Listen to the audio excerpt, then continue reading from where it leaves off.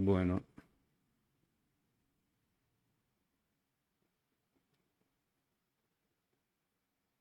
bueno, aquí parece que estamos transmitiendo ya en vivo. Este es el primer, comenzamos este ciclo de charlas vía stream eh, con Diego, al que le agradezco un montón que esté ahora, que nos esté dando su tiempo, porque, bueno, como un poco hablábamos antes de salir al vivo. Existe esto de que a veces en los medios por ahí no hay el tiempo o no hay el espacio como para escuchar voces disidentes y también escuchar a nuestra gente de aquí de Santiago. Este programa se llama Gente de Bien, que un poquito también viene con el juego esto de que cuando asume el presidente Milei, dice que la gente de bien no se tiene que preocupar. Y bueno, nosotros estamos muy preocupados, así que como para hacer un poquito también ahí de le hemos cambiado una letra como para decir, no sé hasta dónde somos la gente de bien a la que él se refiere, ¿no? Y entonces, como te decía, hay mucha idea de esto de mucha desazón, lo vemos. Y nosotros habíamos planteado hacerlo en marzo, empezar con este ciclo, porque había varios compañeros, compañeras que quieren hablar. Y bueno, era para nosotros importante desde este humilde espacio hacer un aporte en la comunicación, crear más redes, crear más entramado y bueno, por eso es importante también tenerlo ahora a Diego, que viene haciendo también un trabajo por su lado, que es un trabajo de hace mucho tiempo, es politólogo, está mucho en los medios, lo hemos visto hasta en Telesur, en diferentes espacios de comunicación con muchas cosas muy lúcidas y muy interesantes, por eso está genial que comencemos con alguien como Diego. Muchas gracias por estar aquí y, y bueno, bienvenido. Bueno, Ricardo, un placer para mí también. La verdad que, bueno, en principio saludarlos y felicitarte a vos, a tus compañeros, compañeras que están detrás de esta iniciativa. Como bien lo acabas de decir, siempre es importante poder sumar otros espacios, otros ámbitos, otros lugares donde podamos también nosotros, como digo nosotros, todos los que estamos aquí dando vuelta, ir poniéndonos de arena, lo hablábamos recién antes de comenzar. Importante es no solamente salir con algún eslogan, sino cómo podemos ayudarnos a pensar entre todos. Primero, qué nos está pasando. Segundo, cómo podemos reconstruir de nuevo el campo popular. Hace falta volver a reconstruir, volver a mapear el campo popular. Y esto implica, evidentemente, volver a reconstruir fuerza popular para contrarrestar este cruel embate que la libertad alianza está Ujú. atentando contra la sociedad argentina, ¿no? Así que, necesito felicitarte por este espacio y como vos bien decías, ojalá que se puedan replicar otros espacios más, porque es importante romper con la hegemonía comunicacional y sobre todo del discurso, ¿no? El pensamiento único que cuando uno parecía que en el siglo XXI se iba diluyendo, aparece personajes como, bueno, como Milei, Bolsonaro, Donald Trump, por aquí hay que ir, es la única vía, no hay chance. Bueno, a esto nos estamos enfrentando lamentablemente hoy, hay que estar bastante lúcido y con mucho coraje para poder enfrentar lo que estamos viviendo y lo que se viene, ¿no? Que no es muy poco.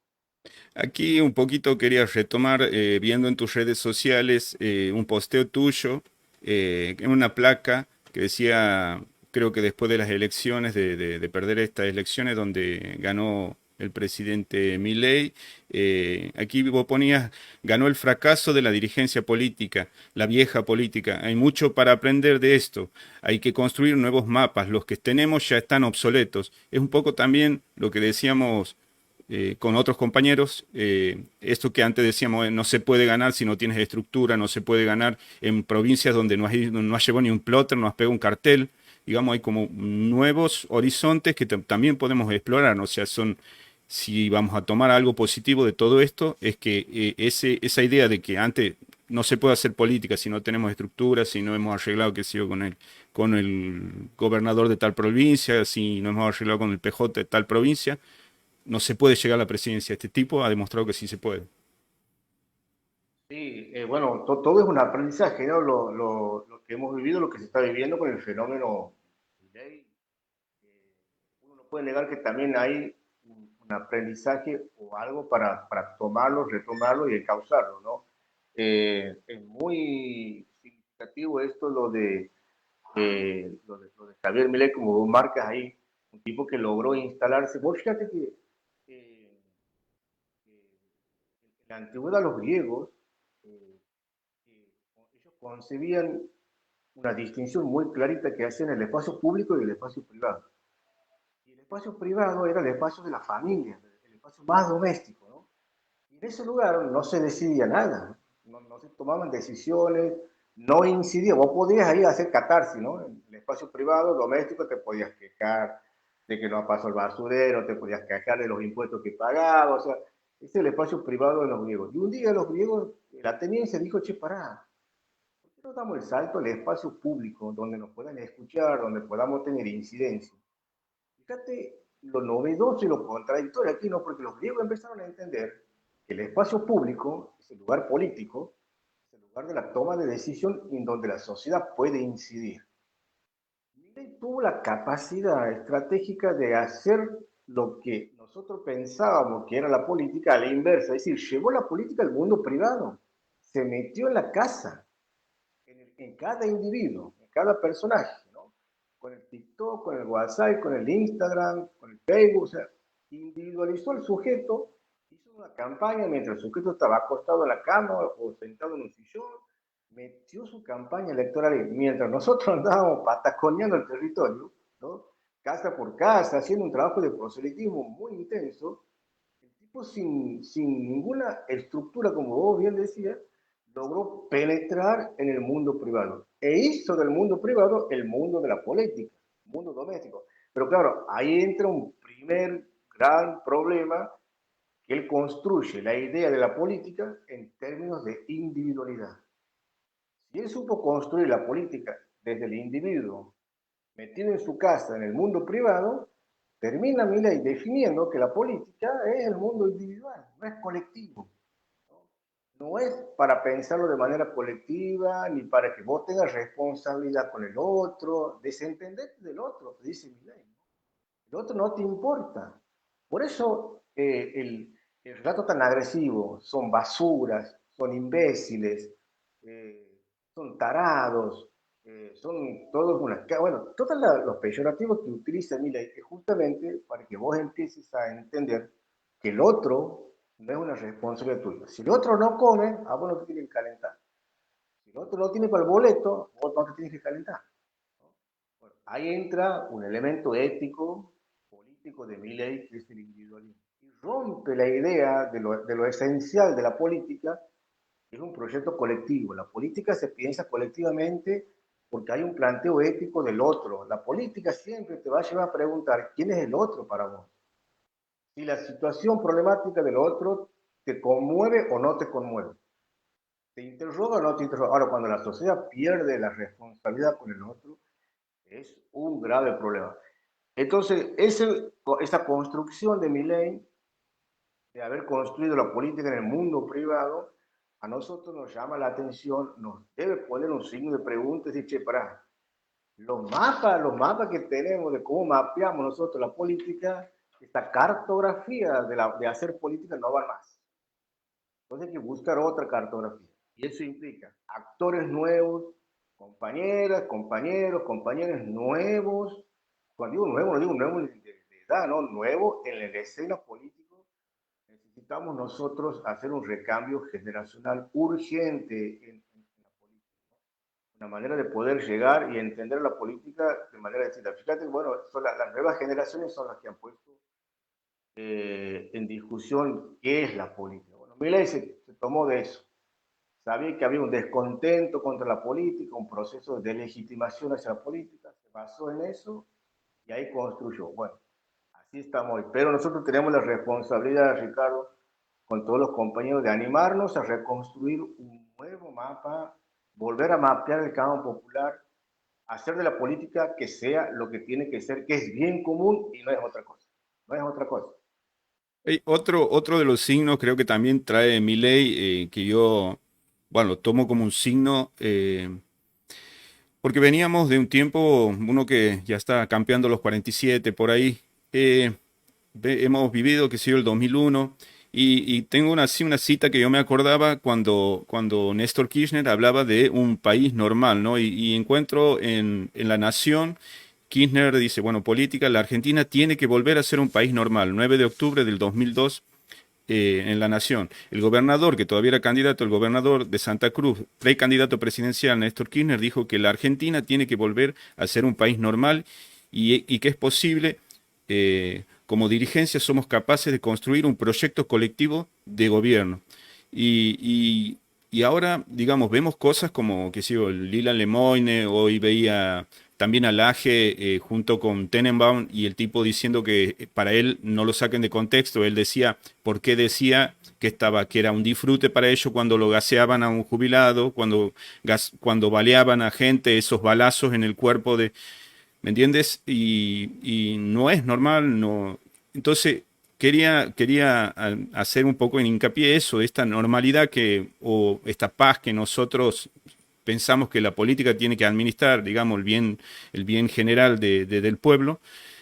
Aquí no, ayer lo veíamos con libertarios en Corrientes, al que le ha dado un ATN de 1.000 millones de pesos y después se va en un avión a una reunión libertaria con una, no sé, no hay ninguna normalidad, no hay donde nosotros, digamos, podemos descansar, no hay un proyecto, no, al menos yo no veo en dónde está parado económicamente, porque por más que sea economista, no sabemos qué plan está usando, si tiene un plan. Entonces, esto de tenernos en vilo es parte digamos, el proceso que pretende llevar adelante Milei. Sí, interesante la introducción que haces, Ricardo. Primero, el nombre que le han puesto ustedes a este ciclo, Gente de Bien, es fantástico, ¿no? Porque constantemente hay que preguntarse qué implica ser gente de bien. ¿Quiénes son la gente de bien? ¿No? Cuando Millet habla de la gente de bien, evidentemente hace referencia a una casta tradicional en el continente, en América Latina y en el mundo entero, ¿no? Y esa casta está básicamente marcada por tres condiciones. Vos fíjate que en América Latina, como en el resto de los países que estamos, como se dice, en vías de desarrollo, eh, no me acuerdo ya de la secundaria que todavía estamos en vías de desarrollo, pero había tres condiciones para ser ciudadanos. Tenías que ser blanco, primero, ¿no? Blanco. Tenías que ser varón y tenías que tener propiedad. Esas tres condiciones te daban la categoría de ser ciudadano. Y eso te daba la categoría de ser gente de bien, porque esas tres condiciones te hacían gente culta, eras culto. Ahora, si vos no eras blanco y eras un color muy similar al que tengo yo ya estaba fuera del reparto, ya no Claro. entraba, ¿no? Si tenía que ir a competir por propiedades, ya seco, no entrabas. O sea, por eso el vaciamiento de los sueldos, el licuar el salario de los trabajadores, es volverle a hacerle entender que vos no sos parte de esta gente de bien. Vos no sos culta, vos no sos como nosotros, los mejores.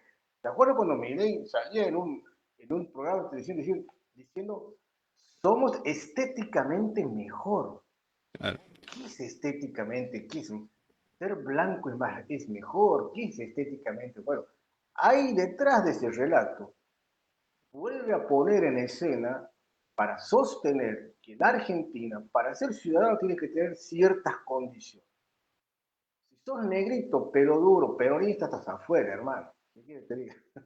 No tienes que ser blanco, tienes que tener propiedad para que te dé la categoría de culto. Bueno, esa es la gente bien.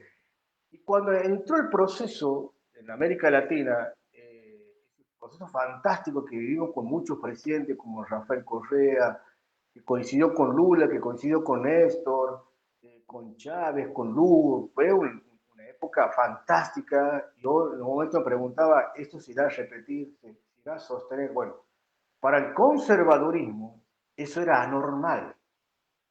Para la clase conservadora, para la matriz conservadora, elitista, que siempre pensó que la ciudadanía era para unos pocos, eso no era normal, eso no es normal, señores.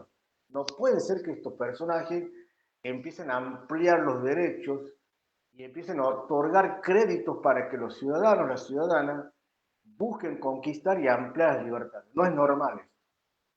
Bueno, cuando ellos dicen que eh, eso no era normal, cuando hablan de la normalidad, vuelven a buscar instalar una sociedad jerárquicamente desigual. Esa es la búsqueda que hay, ¿no? Porque si vos te pones a pensar, Ricardo, ¿vos te acuerdas cuando aparece Cambiemos, que la palabra Cambiemos también fue muy seductora? Ellos se presentaron como diciendo, tenemos el mejor equipo de los últimos 50 años. Sí, Vamos a hacer una gran transformación. Y ahí también estaba Caputo, estaba Sturzenegger, estaba Bullrich, estaban todos los que están hoy. Ahora, ¿cómo puedes entender que ese equipo, mejor equipo de los 50 años que fracasó, vos puedas creer que hoy estando en el gobierno de Milei, porque lo contrataron para estar en el gobierno de Milei, puedan hacer algo totalmente distinto? No, vinieron y están para hacer el segundo tiempo de Macri, del macrismo, ¿no? Terminar de rifar la Argentina, terminar de volver a ubicar a la sociedad argentina en siglos pasados, en ese conservadurismo, donde solamente la casta tiene que vivir a partir de los privilegios y el trabajador y el obrero que vuelva de manera resignada a agachar la cabeza para volver a transitar lo normal que siempre fue para ellos, la desigualdad en la sociedad, ¿no? Ese es el esquema que hoy está en juego en este país. Digo, hay mucha gente que votó este gobierno. Hay que tener mucha madurez, mucha altura para decir, bueno, sí, la verdad es que me he equivocado. Hay que reconocer que a veces uno claro. se equivoca, ¿no? Muchos de nosotros hemos reconocido los errores del gobierno anterior. Incluso te he escuchado voy a muchos compañeros decir los desaciertos. Como, yo creo que hay que empezar también no hay que estigmatizar a la gente que votó Milei, ¿no? No, no, hay que Hay que abrazarlos, hay tratar de... que, son, desgraciadamente ha ganado con mucha gente. Eso también, yo, por ejemplo, hablaba con vecinos, yo vivo aquí en Central Argentina, Ampliación, y veía gente diciendo en el comercio, queremos, porque es mucho el Estado. Y para ellos el Estado capaz que es, no sé lo que sea para vos, pero por ejemplo, para ellos llega el Estado, es, vamos a decir, la municipalidad. Pero aquí todos los que vivimos aquí en este barrio, que es bastante grande, son todas casas del IPBU. ¿Qué me dices cuando no quieres Estado? ¿Cómo hubieras tenido una casa si no hay Estado? Te enfermas. Hay algunos que sé que no tienen obra social, que no trabajan, digamos, en relación de dependencia y que van a un hospital público. Entonces, ¿qué es no querer Estado? No querer una escuela. Tienes para pagar una escuela. ¿Cómo ha podido penetrar esto? Hoy hablaba con un familiar, un sobrino, y que también me decía como que el gobierno te hace que vos quieras ser pobre. Y el compañero familiar mío, le digo, pero vos no crees en eso, te convenció el gobierno de que vos tienes que ser pobre y vos no sos rico. Entonces, ¿quién te ha convencido de que tienes que ser pobre? Eso también eh, políticamente creo que también hay máquinas gigantes que están jugando, máquinas de difusión de estas ideas, donde eh, te verifican como positivo esto de que vos tengas que ser como casi adolescente diciendo el Estado es una porquería, esto, este es el jefe, este es... y vos sos el único vivo porque sos libertario, pero toda la gente de más allá, de que está en un comedor ayudando en un barrio periférico, están comprados con no sé cuánta plata, no sé. Entonces, esto también, vos, quiero rescatar algo que también he visto en tu red que me pareció muy interesante porque hablamos un poquito de, estamos hablando un poquito de eso, de cuando vos decías, Alberto Fernández, la corrupción no solo se mide en términos cuantitativos, no tiene, no tener un proyecto político también es ser corrupto, digamos. Y me parecía interesante también tomar eso porque me ha pegado también porque sintetiza en pocas palabras muchas cosas de las que pensamos, ¿no? Vos fíjate que así como se juega con el imaginario, por ejemplo, si vos vas a un grupo de jóvenes y de adolescentes, vos dices, chicos, chicas, si yo digo política, ¿ustedes qué me dicen? Y los chavitos dicen, bañero, corrupto, ladrón, ¿no? Juegan con el sinónimo de que política es igual a corrupción.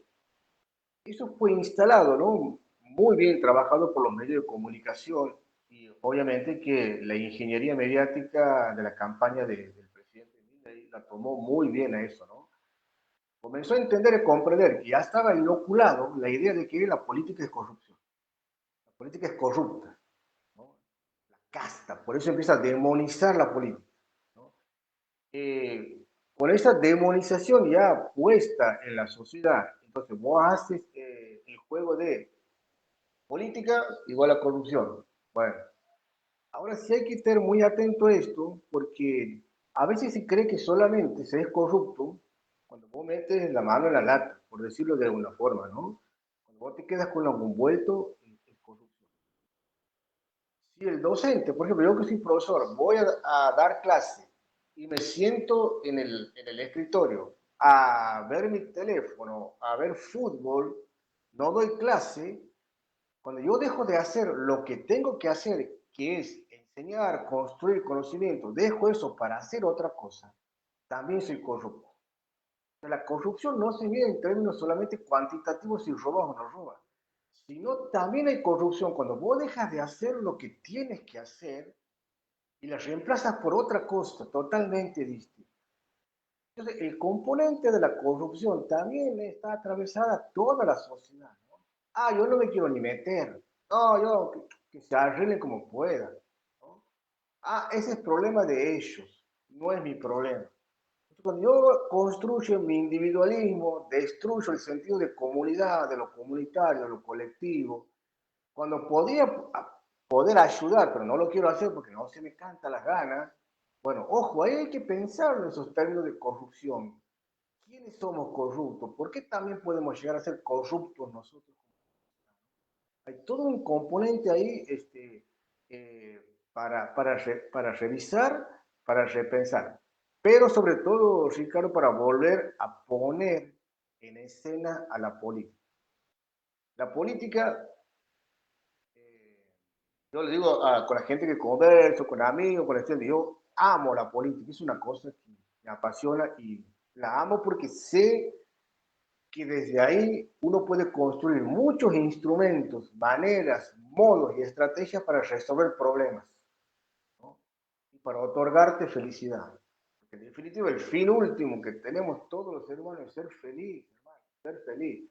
Ahora, si vos estás pensando, si mañana podré comer, che, llegaré a comer, ¿con qué tengo? ¿Con cómo me alcanza? A ver, ¿dónde hago el recorte? No, mejor mañana no voy al médico, me compro el platito de comida para la familia. Pues. Es indignante eso. Eso atropella la dignidad, eso deshumaniza. Eso no es política, ¿no? La política, en principio, tiene una esencia que es buena. La política es buena, por esencia es buena, ¿no? Y su fin es la justicia, la búsqueda de la justicia. Es buena y es justa.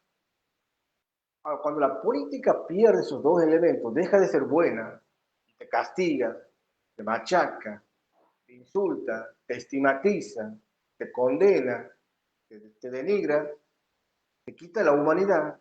No, bueno, vamos a hacer un alto ahí porque esto no tiene nada que ver con la política. Por eso no es casualidad que el actual presidente despotrique contra la política, ¿no? No es casualidad. No es casualidad que hable acerca de la basura que es el Congreso, no es casualidad. No es casualidad que se pare asumiendo su presidencia de espalda al Congreso, negando los resortes de la democracia, no es casualidad. ¿No? Él quiere prescindir de la política. ¿No? Él, obviamente, que se arroga una figura casi mesiánica. Para los que han llegado a ver la serie del Reino en Sí. Netflix, seguramente van a entender mucho mejor, pero en esa serie, cortito, digo esto, que el actor principal, que era un pastor, llega a ser presidente, ¿no? Porque creía que Dios lo había llamado. Pensaba que había un llamado divino porque pensaban que ellos eran gente divina, gente de bien. Por eso en Milei hay lo que se llama una hierocracia. Los griegos hablaban de la hierocracia, hacían referencia al gobierno de los divinos. Mm. Esta gente se cree que es divina, que es gente de bien, que una deidad los ha llamado. Por eso dice, con la fuerza del cielo, ¿no? Él convoca constantemente la fuerza del cielo, cree que alguna divinidad lo ha llamado, por lo tanto, él puede prescindir de los resortes de la democracia. En la serie esta del reino de Netflix, cuando el pastor llega a ser presidente, el primer decreto que es destituir, disolver el Congreso, el Senado, desaparece. ¿No? Entonces, no es muy descabellante hacer ese paralelismo. Nosotros, bueno, hemos visto a Milei en el Muro de los Lamentos, este, haciendo todo una presentación, después lo vimos en el Vaticano santiguándose, tuvo unas vacaciones místicas, si se quiere, pero él cree que ha sido llamado por una... Ahí había un, un chiste muy interesante que andaba circulando, que hay un texto de Proverbio, de la Biblia, del Antiguo Testamento, Proverbio 3.1, dice, hijo mío, no te olvides de mi ley, claro, de la ley de Dios, claro. Claro. Y hay un chiste que dice, mi ley me está llamando, mi ley dice, Dios me está llamando a mí. Claro, no, él lo ¿Cómo? va a... Pero, Eso también veía la otra vez, bueno, hemos estado por una cuestión de trabajo también aquí cuando ha sido, es que se reconoce a Mamantula, y la verdad que yo, bueno, si bien no soy una persona que es de ir a la iglesia, siempre todos estos fenómenos sociales donde de esos fenómenos de masificación me emocionan profundamente y, y la verdad que después veía por la pantalla gigante enfrente, veía a Milei y viendo al Papa Francisco, ¿no? Por más que yo no sea católico, digamos, la falta de respeto, el maltrato que he recibido. Mucha gente se enojaba porque decía, qué sé yo, que el Papa, bueno, no sé, que tenía que un poco más apoyarlo, ¿no? Pero yo creo que, bueno, algo sabe el Papa Francisco, pero más allá de eso, digamos, cómo esa persona puede ser tan, vamos a decir, no quiero usar términos despectivos, pero cómo puede haber dicho en esos términos tan negativos hacia la figura del Papa Francisco, un Papa argentino, para colmo, y, y el tipo estar después ahí parado, haciendo como si nada, saludando como, ¿me entiendes? Como queriendo hacerse el amigo, venir después, y eso también te quería consultar, porque vos estás también muy cerca de la iglesia, que por ejemplo ha usado ha comido la hostia, muchas cosas que él supuestamente no es católico, se está por hacer judío, o sea, todo es como esto de la sociedad líquida, todo es maleable, todo es cambiable, puedo decir hoy cualquier barbaridad, hoy yo a vos y mañana te veo en la calle y te digo, che, ¿cómo está? Que sigo y es, digamos, la máxima autoridad del país. bueno, sí, Ricardo, hay muchos sesgos de adolescente en el país, ¿no? Muchos caprichos, eh, donde nosotros vemos por la televisión y a veces nos reímos, ¿no? Por ejemplo, hoy Adorni le echa la culpa a la excesiva cantidad de mosquitos por la pesada herencia. O sea, Ya, ¿sí, en serio? no, Entonces, vos vas tomando estos parámetros y es parte de un mismo libreto, ¿no? De la ridiculización de la política. No, a ellos no les interesa ser ridículos. Es parte del programa, del manual que tiene de la ridiculización de la política. El otro elemento importante que ellos tienen es el uso de la mentira como un elemento eficaz para gestionar gobierno o para llegar a un gobierno. La mentira, el uso, el recurso de la mentira, para ellos es un recurso válido, elemental y esencial en la Cámara. No les interesa quedar mal frente a la mentira, no les importa. Entonces, si vos te pones a pensar los grandes líderes, ¿no? Teresa de Calcuta, Gandhi, Luther King, toda gente que hizo un cambio, vos escuchas a Milei y dices, bueno, este es un gran revolucionario, es un mesías, un personaje que viene a hacer una revolución para darle dignidad a la persona. Si vos encuentras en todos los grandes personajes que tuvieron influencias para hacer cambios radicales, nunca fueron violentos en discurso, eran pacifistas. ¿No? Entonces, si vos escuchas de 10 palabras, 9 son ofensivas, no hay mucho para pensar, ¿no? Puede surgir algo dignamente bueno para el pueblo usando estas categorías. Para mí es imposible que esto pueda acontecer. Por eso no es de extrañar el fascismo, el posfascismo, ¿no? Milei es un fascista, ¿no? Es en todas las letras, es un fascista. Se leyó el manual de la propaganda fascista, lo conoce perfectamente. Sabe que puede, usando y utilizando los deseos de la gente y haciéndoles creer desde el error que lo pueden conseguir y entusiasmando, puede ganar una elección. Entonces, vos fíjate que cuando uno construye desde el error, ¿no? Cuando hay odio, cuando hay bronca, primero vos para poder construir un manual post-fascista tienes que inocular odio, bronca, miedo, todas las emociones. Una vez que están instaladas las emociones, vos ya descarta la posibilidad de que esté la racionalidad. La gente ya no va a pensar, ya va a decidir emocionalmente. Como va a decidir emocionalmente, yo le puedo mentir lo que sea, total, no me va a discutir, no me va a preguntar. Entonces yo entro a trabajar a partir de los deseos, porque sé que hay una sociedad, un porcentaje grande de la sociedad que se mueve a partir de las emociones. No quiere racionalidad. Te hago un paréntesis aquí, ¿no? La política sin racionalidad o la racionalidad política, si no está presente, no hay posibilidad de construir políticamente. Entonces, ¿qué hizo Milei? Hay pura emoción, bueno, vamos a inventar. Y empezó a construir desde el error. Te hizo ilusionar desde el error. Si ganamos, en enero vas a cobrar el dólar. Ricardo, había gente que esperaba, te digo literalmente, esperaba ir al cajero a sacar dólares del cajero, ¿no? Te Si era digo, así, lo íbamos a votar nosotros también, ¿eh? yo he escuchado a personas grandes pero ¿qué será que el mes que viene vamos a comprar el dólar? Bárbaro, digo yo, la Ah, capacidad. Bueno, entonces, si hay pura emoción, se construye desde el error. Bueno, yo te ilusiono desde el error. Bueno, ¿y ahora qué te queda? Y te queda desilusionarte. Has construido desde el error, te han embaucado desde el error porque es el manual. Es el claro. manual. Bueno, hoy estamos, la sociedad argentina empieza de a poquito, che, para. Al final no era así tanto como que decían que iba a pasar, ¿no? Ahí estamos, Ricardo. Aquí un poco quería rescatar porque algunas cosas me interesaba pensarlas también, porque me acordaba yo que en algún momento el, el juez de la Corte Suprema, Rosenkrantz, había dicho algo como lo que después ha dicho en campaña a Milei, y bueno, lo he buscado. Yo pensaba que era mucho más reciente, pero había sido de 2 de junio del 2022, el cortesano.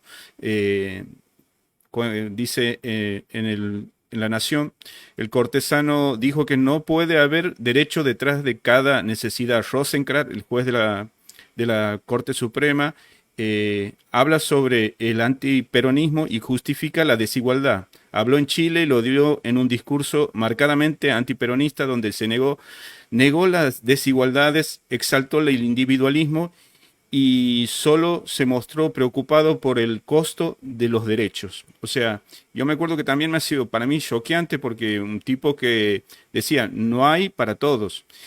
Y es un poco también el trasfondo de esto, ¿no? Porque a veces cuando se dice, este es un loquito, este es un... yo creo que también, digamos, tiene una parafernaria donde él se apoya, ¿no? Porque de cosas que ya se venían previamente cocinando, digamos, dejando este elemento aquí, este elemento allá, cosa que cuando este venga empiece a hilvanar todos estos puntos y ya no parezca tan desubicado o tan loco, ¿no?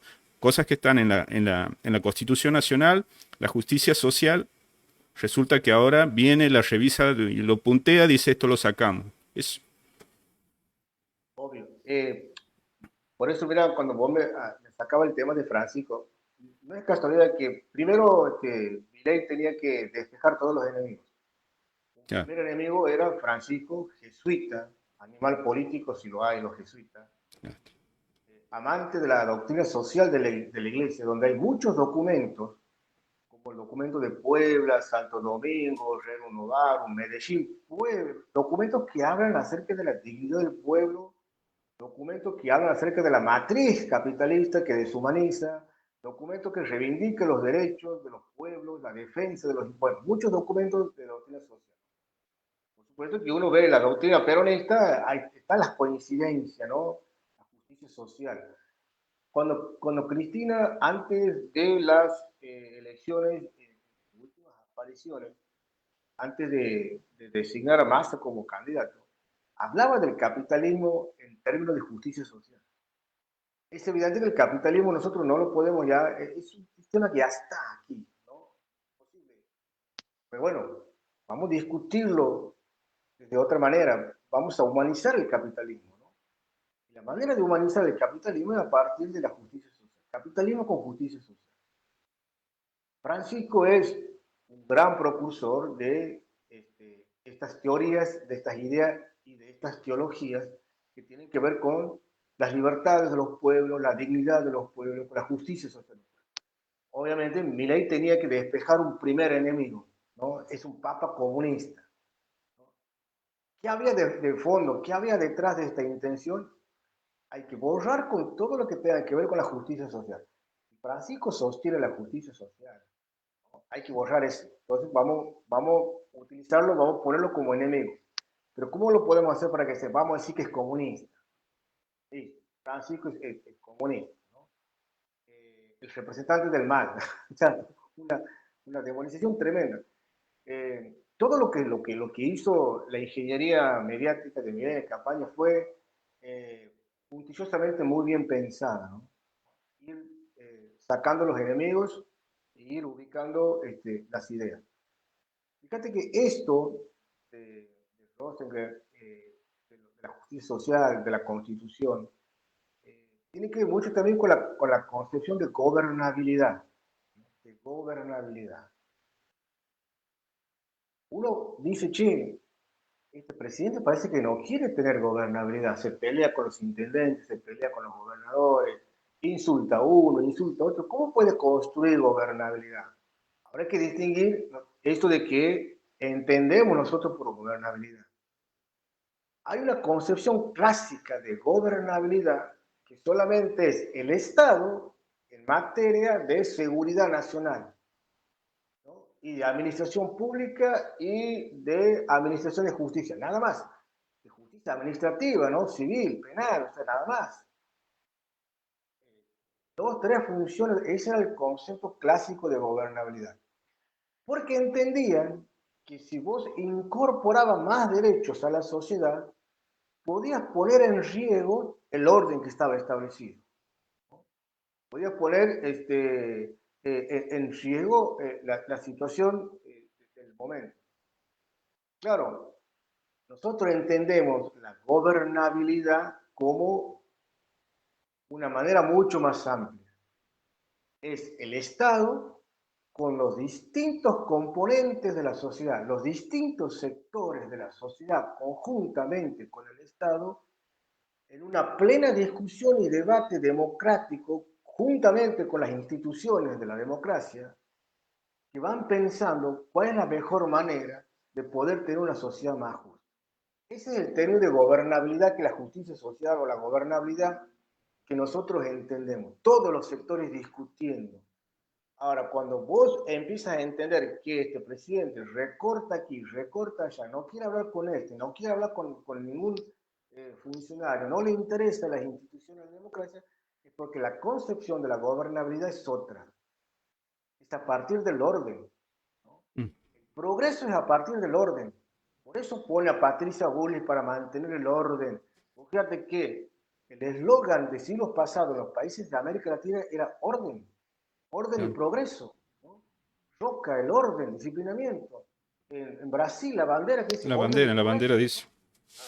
El orden era el elemento esencial para el progreso, pero obvio, para el progreso ya sabemos de quién, de la casta. Para que Milei pueda despejar la sospecha de que él venía a gobernar para la misma casta de siempre, tuvo que transferir esa categoría hacia la política. La Ah, casta es la política. O sea, que lo peor que nos puede pasar a una sociedad es que tengamos política, toda la política, ¿no? Y ahí entra la política de justicia social, reivindicación de derechos, las conquistas, militancia, ciudadanía, etcétera, etcétera. Por eso la demonizó a la política y la marcó como que la casta, que la maldad, lo feo estaba puesta ahí. Bueno, despejó todo. Obviamente que en un juego de espejo, la casta son ellos, sigue trabajando para la casta, ¿no? Ulrich, Sturzenegger, Caputo, los mismos que llevaron al fracaso y a la decadencia del país, son los mismos que están hoy día, ¿no? Caputo, que fue expulsado del gobierno de Macri prácticamente por incompetente y reconocido por el FMI, que muchacho, te has pasado con lo que has hecho, ¿no? Claro. Termina siendo hoy el ministro de. Bueno, no hay mucho para pensar, ¿no? No hay mucho para pensar. Aquí hay un cogobierno, dice llanamente. Milei es un CEO de la casta económica del país, es un CEO, lo contrataron para ser presidente, por eso constantemente demoniza y prescinde de la política. Él es un señor contratado para estar en un sillón presidencial y manejar los intereses de los mismos de siempre aquí en Argentina. Y, bueno, ahí estamos, quería hacer varias preguntas, tenía varias cosas aquí anotadas, como varios machetes, pero por ahí apelando un poquito para que podamos tener como más un ida y vuelta. Hace poco, bah, casi al principio del gobierno, Guillermo Moreno, que creo que ha sido uno de los más contundentes, ha dicho que este iba a ser un gobierno breve, que del otro lado hay que prepararse, hay que buscar cómo se van a coordinar, cómo se van a organizar, porque no se sostiene. Si él hace lo que dice, esto no se va a sostener. Estamos viendo que en el Congreso, que digamos, vamos a, seamos realistas también, todos pensamos que pasaba en la Cámara de Diputados la ley, no se ha dado y todos hemos tomado también después de eso como una victoria. Y resulta que hay un DNU que está también destrozando la sociedad. Estamos viendo de que hoy el colectivo ha subido aquí en Santiago del Estero. La gente más humilde que tiene que ir a trabajar, obviamente no se le reincorpora esa plata. Muchas cosas ya se están sintiendo en los bolsillos. El presidente se alegraba, se ufanaba de que están gastando, la gente que ha tenido capacidad de ahorro en dólares, está gastándolo para pagar el dinero de los impuestos, todo eso.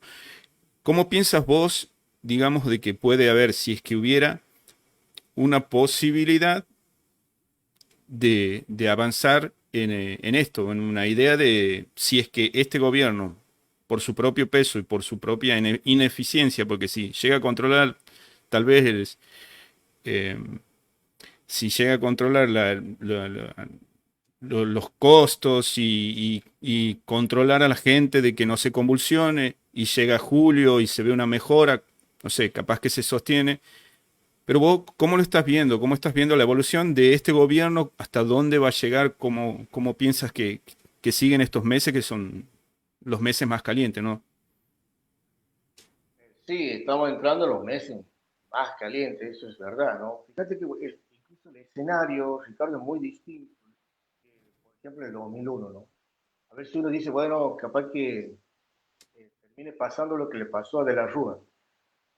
Si uno hace un paralelismo, bueno, aquí se aceleró al 100% lo que fue la cuestión de las políticas económicas en el 2001, ¿no? En poco tiempo, Milei llegó a hacer lo que en el gobierno de la Rúa lo hizo en 3 años y Chirola, ¿no? O sea, pero ahora hay también otros escenarios. Por ejemplo, nosotros tenemos lo que no había antes, hace 4 años atrás, que aquí en el norte se gestionó, se construyó un parlamento jurídico, político e institucional de muy fuerte envergadura, que es el Parlanoa, ¿no? El Parlanoa, los gobernadores, la Liga de Gobernadores, el Norte Grande, es un escenario inédito que no existía en tiempos anteriores. Está muy bien aceitado, tiene representatividad, mucha representatividad, y es de fuerte componente democrático. Ese es por un lado. Y ese es uno de los factores a lo que el poder central se tiene que enfrentar. Ahora, por otro lado, vos tienes la otra pata de la representatividad, que es la Cámara de Diputados, ¿no? Diputados nacionales y los senadores. Es la otra parte de la representatividad.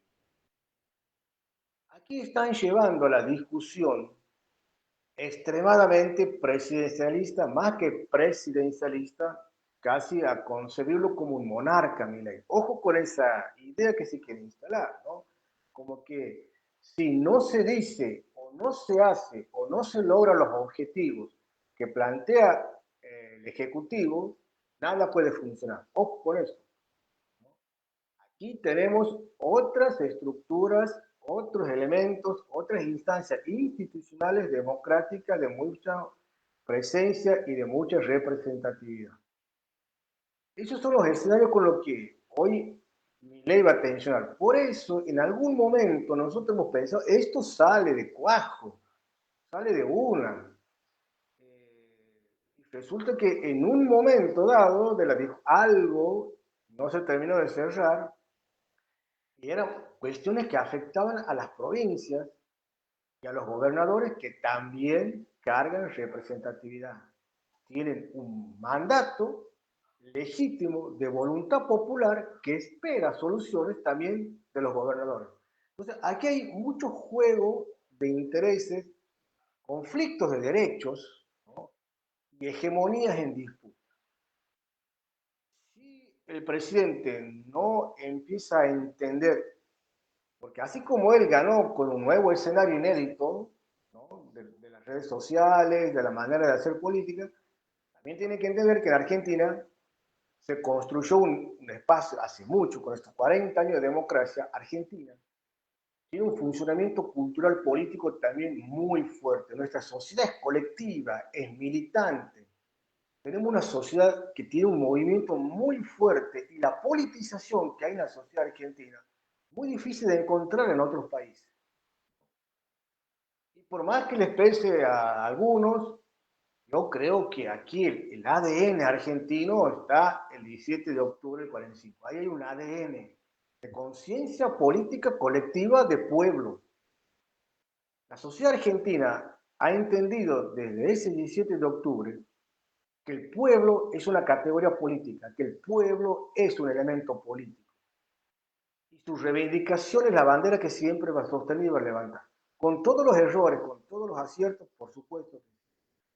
La sociedad argentina no es la misma sociedad norteamericana. Milley, cuando se presenta como el libertario, él importa una teoría norteamericana. Yo soy libertario. Es muy yankee. Piti Yankee Claro. dijo, ya, Sí, es muy yankee la idea del libertarismo. Vos fíjate la filosofía del libertarismo cuando surge en los Estados Unidos, surge para competirle al anarquismo, porque estaba el anarquismo dando vueltas, los movimientos anárquicos, y decían, nosotros somos la gente que más aspira a la libertad, somos los que mejor construimos la libertad. Y el libertarismo dice, che, pará, nosotros vamos a construir la verdadera libertad. Y hay una discusión ahí, ¿no? Entre el libertarismo y el anarquismo. ¿Quién tenía mayor contenido de libertad? Bueno, el libertarismo en los Estados Unidos le puso contenido político, filosófico, político. Y uno de los elementos esenciales del libertarismo era la no violencia y la igualdad. Milley es exactamente todo lo contrario. ¿Por qué Milley es todo lo contrario? Porque Milley se quedó en el puro anarquismo. Milley no superó esa vieja lucha histórica en los Estados Unidos entre libertarismo y anarquismo, ¿no? Por eso Milley se dirime, che, Milley, ¿qué? Por eso yo soy anarcocapitalista, y él es un anárquico.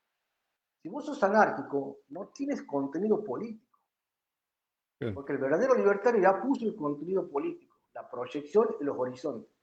Milley se amarca en el anarquismo. Por eso va a decir constantemente, hay que sacar esto, hay que eliminar aquello, no le interesa cómo puede funcionar, si va a funcionar o no, no le interesa, es anárquico. Por eso puedo decir lo que se le cante quien gana decir lo que se le ocurre en el momento. No tiene reparo para decirlo. Milei no es libertario, es un anárquico, es fascista. ¿Por qué es fascista? Esto tiene que quedar muy en claro, Ricardo. El fascismo detesta la democracia y es autoritario.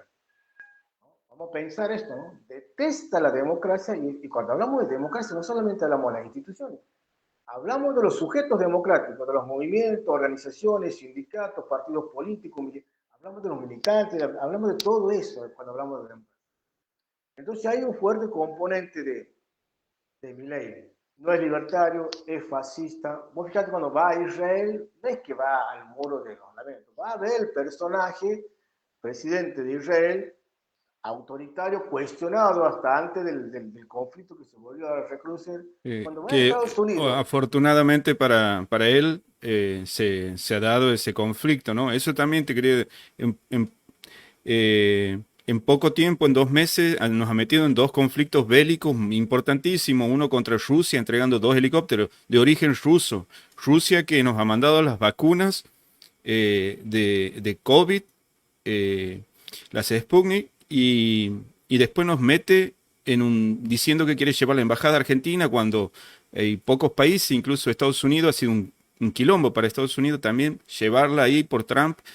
Y cuando nosotros tenemos experiencia ya sobre estas guerras que a veces no son guerras, son guerras que no es que vamos, hay un conflicto bélico, sino que a veces pasa lo que ha pasado aquí con la embajada de la AMIA. Eso también, él podemos decir que es como un loquito, que ha sido las locuras de aquí, su frente transpirada y todo eso, pero cuando nos lleva, como él como representante al país, a entregarnos así, creo que el vuelto no es solamente para él, digamos. Claro, exacto. No, es de una magnitud muy irresponsable lo de la Cancillería Argentina, encabezada por Milei, en esto de romper la tradición, ¿no? Nosotros manteníamos la tradición de estar dentro de los países neutro o de una neutralidad en semejante conflicto que excede la territorialidad, como vos bien lo acabas de marcar, Ricardo. Fíjate que si Milei, estando en el muro de los lamentos y diciéndole al gobierno de Israel que va a trasladar su embajada a la ciudad santa, en esa plena comunicación es cuando Milei estaba perdiendo los votos en la Cámara de Diputados. O sea, Milei no tiene la capacidad de muñequear una construcción política local y quiere jugar a muñecar una geopolítica Mm. que le excede sobremanera. Entonces hay una gran irresponsabilidad del presidente en este tema puntual que tiene que ver con el conflicto palestino-israel, que es muy complejo, en donde hay que ver, porque también, a ver, Milei se disfraza de judío, es judío, ojo que ahí está el sionismo también, no todos los judíos son sionistas. El sionismo tiene el componente del elemento ideológico, político, de la conquista, dominación territorial de los territorios de Palestina que por mucho tiempo hicieron creer que eran tierras deshabitadas. No, ahí no vive nadie. Mm. Como la campaña del desierto de Roque. Cuando hubo Claro. campaña del desierto, te imaginas que en el desierto no hay nadie. No, sí, había gente. ¿No? Entonces, muy peligroso, muy riesgoso este juego de. ¿Cuál es la intención? ¿Cuál es la ganancia? No hay ninguna ganancia en esto. Puro para mí es puro coqueteo, mucho coqueteo político, de geopolítica. Esta semana va a ir a hablar con Trump. O sea, vos fíjate que él no va a hablar con estados, va a hablar con personajes ideológicos. ¿No? Donald Trump, Bolsonaro, Netanyahu, o sea, son personajes ideológicos que representan una manera de entender el mundo y la política. Eh, no muy amantes de la democracia, no muy amantes de la democracia. ¿No? Vaya a haber un Donald Trump que quiso incendiar el Capitolio, ¿no? Entonces, No. ¿qué puede esperar de Milei? ¿No? Que diga basura al Congreso, a los congresistas. Bueno, es muy arriesgado, es muy riesgoso y Argentina no está en un momento ni en un posicionamiento eh, para poder muñequear estas cosas. Entonces, ¿qué hay detrás? ¿Qué hay de fondo en todo esto? Hay que estar muy atento a estas cuestiones. ¿No? Hay que estar muy atento a estas definiciones o a estas búsquedas o a estas performances que implementa este Milenio. Igual, Ricardo, mucha distracción, ¿no? Hay muchos distractivos. Nosotros discutimos la ley ómnibus, discutimos lo que le dijo a Lali, lo que no le dijo a Lali, lo que le dijo López Murphy, y vamos como distrayéndonos en muchos temas. Lo único real aquí es el brutal ajuste que nos ha metido este gobierno, la profunda devaluación que hay, el incremento de la pobreza, el atentado contra la dignidad de la persona humana. Vos no puedes estar esperando que en un comedor te digan, sí, hoy entras vos porque sí te alcanza para el plato. Eso es atentar contra la humanidad, eso es deshumanización, eso es deshumanización. No puedes jugar con los medicamentos, con los remedios oncológicos. No puedes. Eso deshumaniza, atenta contra la vida misma, contra la materialidad de la defensa de la vida misma. ¿Por qué Milei quiere desarmar la comunidad? Porque Argentina es una sociedad con sentido comunitario, éticamente, políticamente tiene un sentido comunitario. ¿Qué hace la comunidad? ¿Qué es la comunidad? Siempre la comunidad antepone su voluntad de vida frente a las amenazas, ¿no? El ser humano es un ser gregario como los animales que se juntan para defenderse. Bueno, la sociedad argentina que ha construido comunidades políticas siempre lo ha hecho en defensa de la vida. Defiende su vida cuando ve que lo atentan o atentan. ¿Por qué quiere destruir el sentido colectivo de la sociedad? Porque necesita que perdamos la conciencia colectiva de comunidad, para que a mí no me preocupe el sufrimiento del otro. Es muy aberrante la construcción de subjetividad que está inoculando Javier Milei en la sociedad argentina. Hay que repeler esto. Argentina es una sociedad con mucho sentido común, con mucha humanización, con mucho sentido de construcción colectiva y de defensa de la vida. Yo creo que el pueblo, ¿cuánto va a durar Argentina? ¿Cuánto va a durar en la gestión? Aquí entra el otro elemento, que es el pueblo argentino, el pueblo con conciencia política. No todos somos pueblo. El pueblo es una categoría política porque tiene conciencia política colectiva en la que es capaz de defender su vida frente a las amenazas. Ese es el otro factor y elemento sustancial democrático que tiene la sociedad argentina y al que el presidente tendrá que tener mucho cuidado a ese componente, ¿no? Mucho cuidado y mucho respeto a ese componente. 40 años de democracia, Ricardo, no es poca cosa en este país.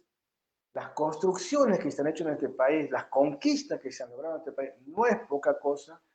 Y el pueblo argentino con conciencia política que defiende su vida y busca siempre ampliar su libertad, no está dispuesta a regalar esto. No lo está dispuesta. Diego, te quiero agradecer, agradecerte por el tiempo que nos estás dando y que nos has dado y seguramente en algún momento vamos a poder volver a conectarnos porque la idea de esto es que siga fluyendo, crear más comunidad, también utilizar estas herramientas y conectarnos con diferentes. Mañana vamos a tener, por ejemplo, a Nahuel Beibe, que es el secretario general de la Corriente Nacional Martín Fierro, y tenemos otras personas, queremos hacer varios de estos, y ha sido genial comenzar con vos, y te agradezco desde ya, porque en el primer momento que te hemos contactado, nos has dado el ok, así que te agradezco mucho.